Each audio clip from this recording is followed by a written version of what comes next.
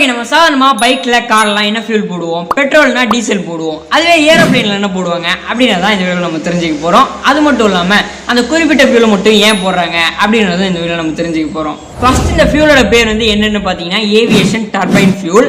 இந்த ஃபியூல்ல ஒரு வகையான எரிபொருள்ல பல வகையான எரிபொருள்ல பொதுவா சொல்றதுதான் ஏவியேஷன் டர்பைன் ஃபியூல். ஏரோப்ளேன்ல வந்து பாத்தீங்கன்னா பல வகையான இன்ஜின்ஸ் இருக்கும். ஒவ்வொரு இன்ஜினுக்கும் ஒவ்வொரு ஃபியூல் போடுவாங்க. எக்ஸாம்பிளுக்கு வந்து ஜெட் ஏ1, ஜெட் பி அப்படின்னு சொல்லுவாங்க.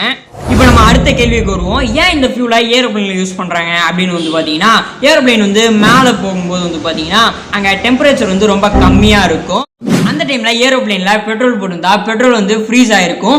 அதுவே ஏவியேஷன் டர்பைன் ஃபியூல் வந்து பாத்தீங்கன்னா -50 டிகிரி வரைக்கும் வந்து பாத்தீங்கன்னா தாக்கு பிடிக்கும். அதனால தான் வந்து இந்த ஃபியூலை ஏரோப்ளேன்ல யூஸ் பண்றாங்க. இந்த இன்ஃபர்மேஷன் பிடிச்சிருந்தா லைக் பட்டனை கிளிக் பண்ணிட்டு மறக்காம சேனல் சப்ஸ்கிரைப் பண்ணிட்டு போங்க. Tata, bye bye.